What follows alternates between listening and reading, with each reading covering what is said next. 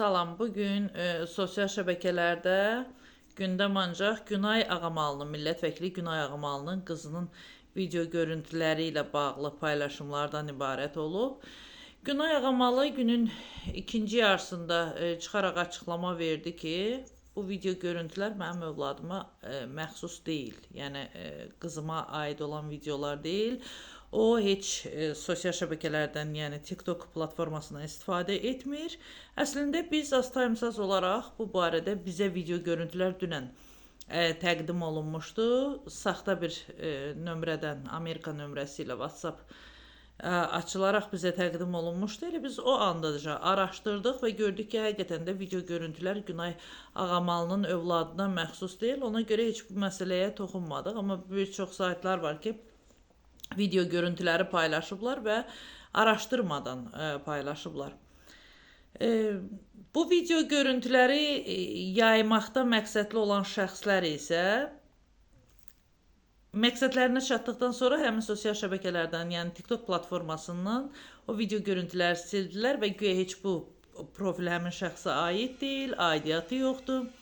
Sözüm onda yox. Yəni linç edilənsə ortaqda Günay Ağamalı oldu. Yəni Günay Ağamalı ilə şəxsi tanışdığım yoxdur. Heç marağım da yoxdur ki, yəni deyim ki, onun bir fəaliyyəti ilə maraqlanıram, ya nəsə.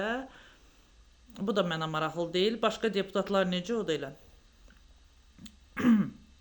Amma bir məsələ var. Nəyə görə biz cəmiyyət olaraq öz istəyimizə nail ola bilməyəndə, yəni bir insanda bir səhv axtarıb tapa bilməyəndə və yaxud da başqa bir şey, başlayırıq həmin şəxsi övladları ilə və yaxud da şəxsi həyatı ilə vurmağa. Tutaq ki, lap bu qız Günay Ağamalının qızı oldu. Bildiyim qədərilə, yəni araşdırmama nəzərən Günay Ağamalının qızının 22 yaşı var. 18 yaş yetkinlik yaşına çatmış hesab olunur. 18 yaşdan sonra nəyə görə valideyn övladının atdığı addımlara görə cavabdeh olmalıdır ki, biz məhz Günay Ağamalının qızına görə vurmalıyıq. Yəni biz o qədər cəmiyyət olaraq öyrəşmişik ki, övladı ölənə qədər idarə etməyə. Yəni biz qocalırıq, ağzımız yer qapır, övladımızın nəvələr olur, nəticələr olur, biz yenə də onu idarə edirik. Məsəl üçün evlənəndə oğlumuzu idarə eləmək üçün can atırıq, ərə gedəndə qızımızın ailəsinə müdaxilə eləyirik.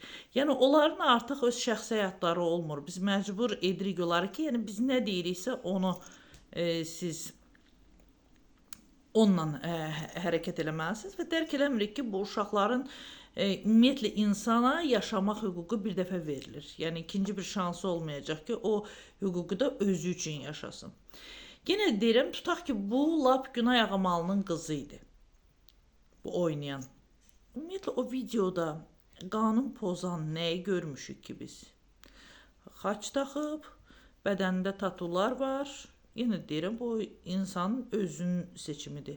Yəni onun xaç taxması, onun sosial platformada oynaması, yəni hansı qanun pozuntusudur? Biz cəmiyyət olaraq ona görə bədbəxtik ki, biz heç bir vaxt məhz qanun pozuntularını deyil, sırf kiminsə, üzr istəyirəm, balağının altını müzakirə edib ona etiraz bildiririk. Yəni bu sosial şəbəkədə Günay Ağamalının qızı kimi təqdim olunan bu gənc qızın hansı bir, belə deyək, əməli bizi narahat edir. Korrupsiya əməli varmı bu videoda? Məncə yoxdur.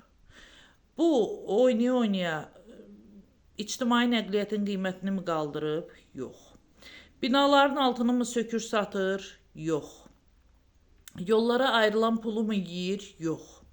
Qarabağın abadlaşdırması üçün sərf olunan pullar mı yiyilib burada? Yox. Canım sizə desin, pensiyalardan mı kəsilir? Yox. Pensiya vaxtımı mı uzadır? Yox. Uşaq pulunu mu kəsir? Vermir? Yox. Neft üçün adam başına düşən pulu mu yeyir? Yox. Bu adam neynir? Oynayır. Rəqs edir. xaç taxıb, dünyəvi dövlətdə yaşayırıq.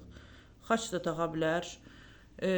Zülfüqarın qılıncını da taxıb aksesuar kimi istifadə edə bilər. Yəni burada bir cinayət tərkibi yoxdur.